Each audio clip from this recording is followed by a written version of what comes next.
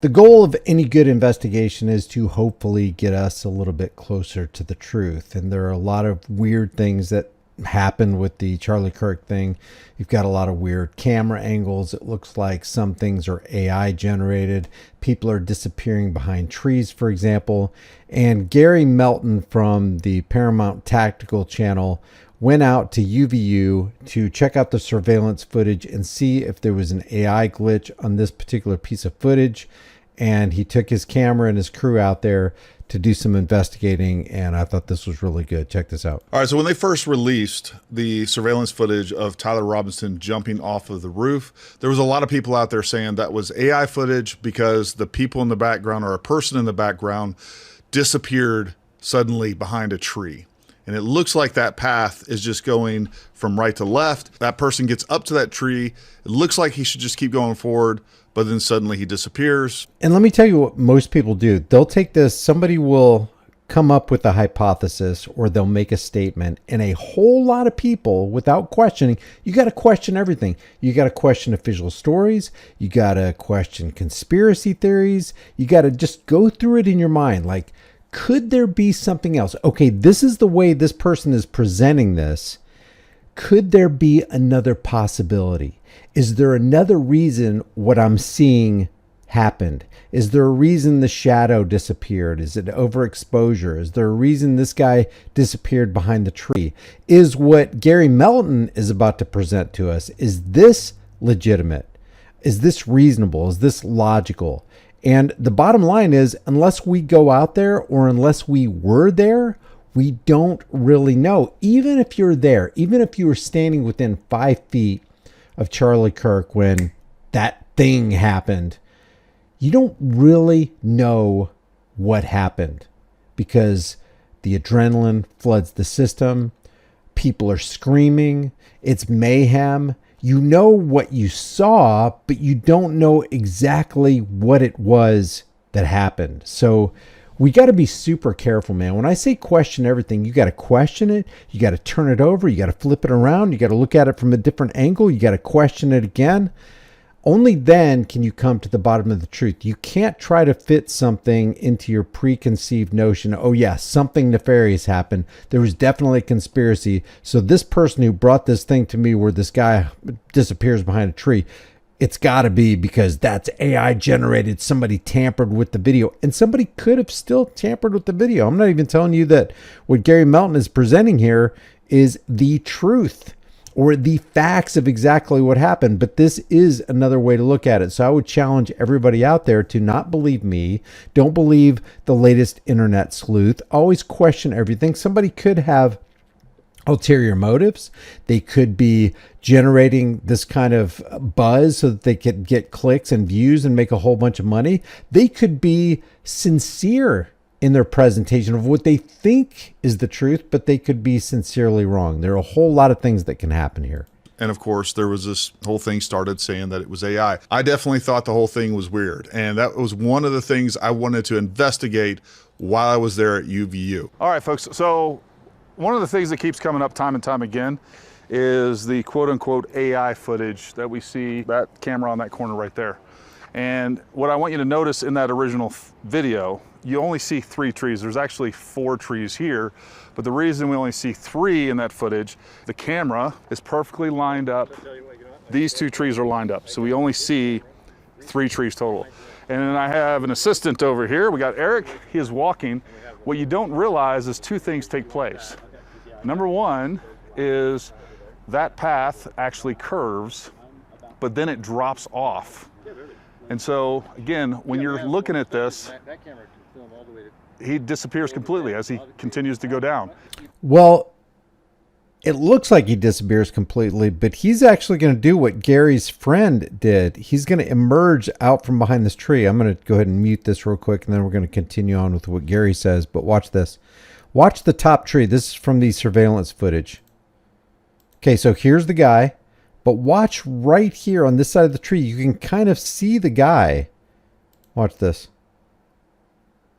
Did you see that right there? It almost looks like something dark just emerged. And it moves. It continues to move. We'll watch it one more time. disappears. There he is right there, or there a shadow is that emerged just a second or two after he disappeared behind the tree. Off is that path actually curves, but then it drops off. And so again, when you're looking at this, he disappears completely as he continues to go down. That path basically not only drops off, but stays in line with these trees. And of course, this footage is much clearer than that camera footage up there. As he comes back, he's coming up that path. You can't see him, and then now we see him. All right, and just so that everybody has a closer view of what's going on here with this actual path and embankment, you can see right here, it goes sharply to the right. And you can see, I'm gonna show this from the rear point. You follow that tree as you go down this path.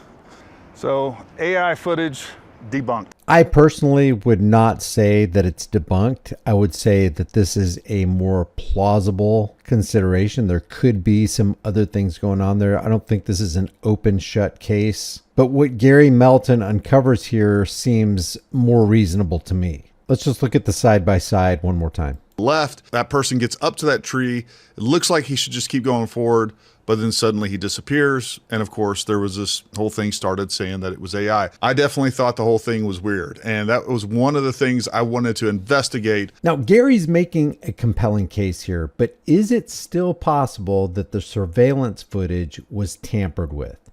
Is it possible that somebody got in there, like the FBI, and did some edits for some reason? We know from the FBI, because they've demonstrated this through the Epstein debacle, that they like to tamper with the video footage. While I was there at UVU. All right, folks. So one of the things that keeps coming up time and time again is the quote unquote AI footage that we see, that camera on that corner right there.